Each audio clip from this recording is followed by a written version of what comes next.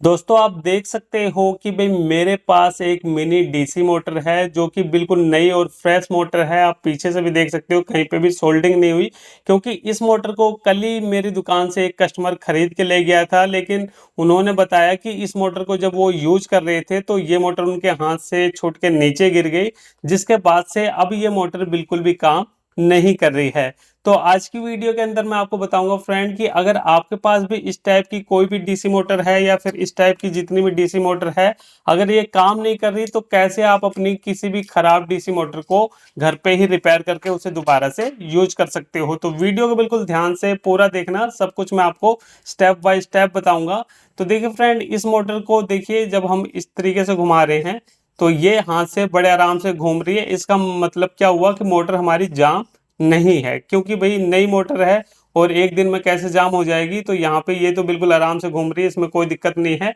लेकिन यहाँ पे जब हम इसको बैटरी से सप्लाई दे रहे हैं तो उसके बावजूद भी ये मोटर घूम नहीं रही। एक बार मैं आपको चेक करा दूं, ये देखिए इस पंखड़ी को हम लगा रहे हैं और यहाँ पे देखिए जब हम इसको सप्लाई देते हैं तो ये मोटर हमारी काम नहीं कर रही है। वहीं देखिए मेरे पास एक दूसरी मोटर है, वो मैं आपको चेक करा दूं। ये देखिए मेरे पास एक दूसरी डीसी मोटर है, इसको हम इस तरीके से लगाते हैं और लगाने के बाद देखिए यहाँ पे इसको हम सप्लाई देके आपको चेक करा दें तो आप देख सकते हो कि यहाँ पे ये मोटर हमारी काम कर रही है। तो यहाँ पे प्रॉब्लम क्या है इस मोटर के अंदर है, तो चलिए इसको अब हम चेक कर लेते हैं। ये सारी चीजें मैंने आपको चेक करा दी, इसको हम साइड में रखेंगे। तो सबसे पहले आपको क्या करना है, जब भी आप कोई भी मोटर यहाँ पे रिपेयर करने जा रहे हो तो सबसे पहले आपको क्या करना है, देखिए सभी मोटर के अंदर आपको 2 या 3 लोग देखने को मिल जाते हैं। जैसे कि एक लोग तो इस साइड में है और दूसरा लोग इस साइड में है, तो आप अपनी मोटर के अंदर देख सकते हो ज्यादातर 2 ही लोग देखने को मिलते हैं मोटर के अंदर।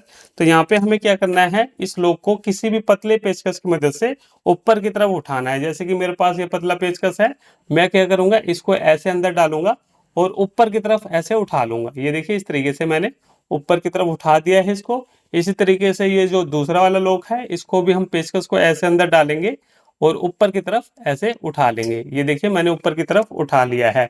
अब उसके बाद हमें क्या करना है, यहाँ से हमें जोर लगाना है। देखिए यहाँ से हम जोर लगाएंगे और जोर लगाने के बाद देखिए ये जो इसके ऊपर का प्लास्टिक है ये हमारा निकल गया है। अब इसके अंदर क्या होता है फ्रेंड, इसके अंदर देखिए क्या चीज लगी होती है, इसके अंदर हमारी ये पत्ती लगी होती है, ठीक है। और ये पत्ती देखिए जाके हमारा ये जो आर्मेचर होता है इसके साथ में टच होती है। तो सबसे पहले इसको मैं जूम करके दिखा दूं, यहाँ पे देखिए इस पत्ती को हम ध्यान से देखेंगे तो मोटर नई है फ्रेंड, जैसे कि मैंने आपको बता ही दिया कि मोटर एक ही दिन हुए हैं इसे खरीदे।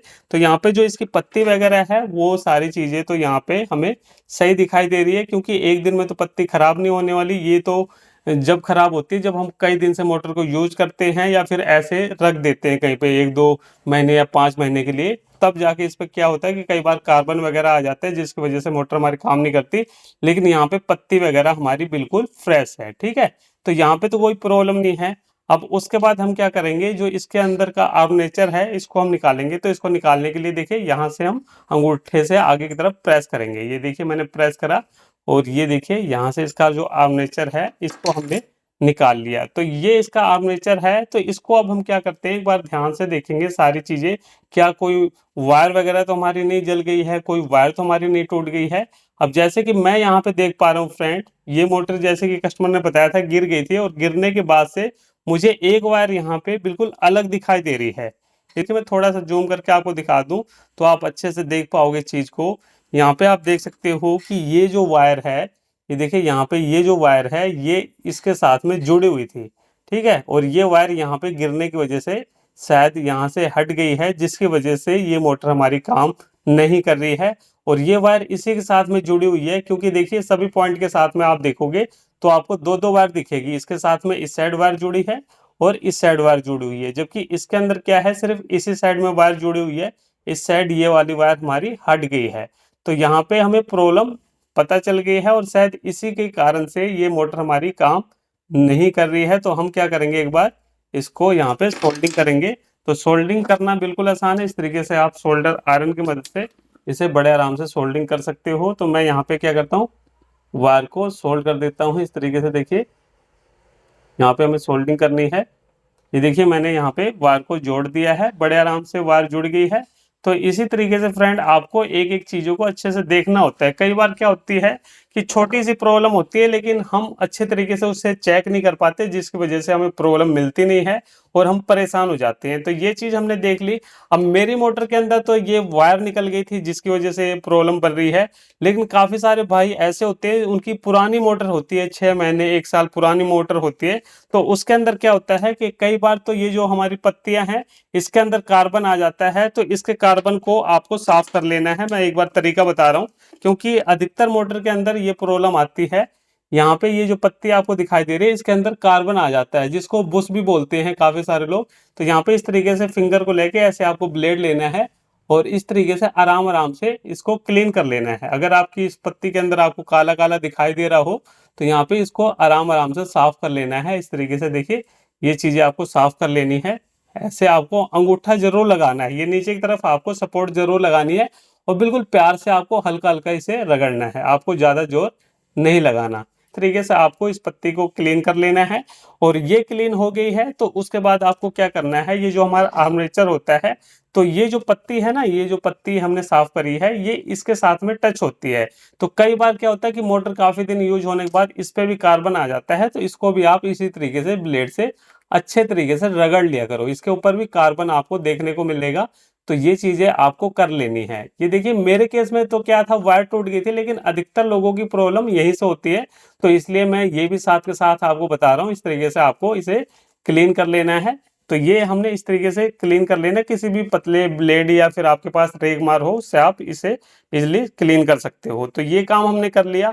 अब उसके बाद देखिए, यहाँ पे काफी सारे लोग क्या करते हैं, ये सारा काम तो कर लेते हैं क्लीनिंग का, लेकिन वो उसे ठीक से पैक नहीं करते, जिसकी वजह से भी हमारी ये मोटर काम नहीं करती। तो यहाँ पे हमें क्या करना है, देखिए कैसे पैक करना है वो देख लो। तो सबसे पहले ये जो इसकी बॉडी है, इसके अंदर इस आर्मेचर को हमें डाल देना है। ये देखिए, इस तरीके से हम डाल देंगे। ये हमने डाल दिया। अब डालने के बाद हमें क्या करना है, अंगूठे से आगे की तरफ इसे प्रेस करना है। इस तरीके से हमें प्रेस करना है और ऐसे पकड़ना है मोटर को, ठीक है।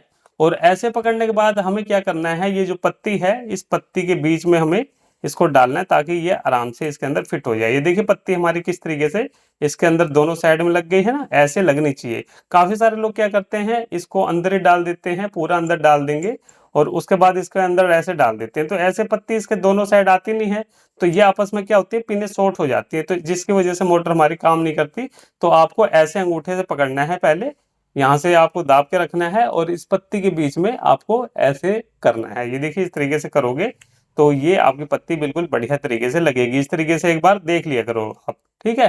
तो यहाँ पे ये चीजें लग गई। अब यहाँ पे हमें क्या करना है, ये जो कट है, ये पॉइंट मिलाने, जैसे कि ये हमारा यहाँ पे पिन ऊपर की तरफ उठी हुई है, तो यहाँ पे एक कट दे रखा है और इसी तरीके से इस साइड में कट है, तो ये देखिए इसकी पिन यहाँ पे उठी हुई। तो ये चीज आपको मैच कर लेनी है। तो यहाँ पे हमने इस चीज को मैच करके ऐसे आराम आराम से, अब यहाँ से आपको ढीला छोड़ देना है और ऐसे प्रेस कर देना है। ये देखिए, यहाँ पे हमने इस तरीके से कर लिया, बड़े आराम से। देखिए, सारी चीजें हमारी आ गई, इस साइड में भी आ गई है। अब हमें क्या करना है, इसको इस तरीके से पेचकस की मदद से दोबारा से प्रेस कर देंगे। ये देखिए, यहाँ पे हमने प्रेस करा तो ये लॉक हो गया है दोबारा से। और उसी तरीके से ये जो दूसरा लॉक है, इसको भी हम प्रेस करेंगे। तो ये देखिए, यहाँ पे दोबारा से हमने मोटर को अच्छे तरीके से पैक कर लिया है। तो चलिए फ्रेंड, अब हम एक बार दोबारा से इसको बैटरी से सप्लाई देके चेक करते हैं कि भाई ये मोटर हमारी रिपेयर हुई कि नहीं हुई।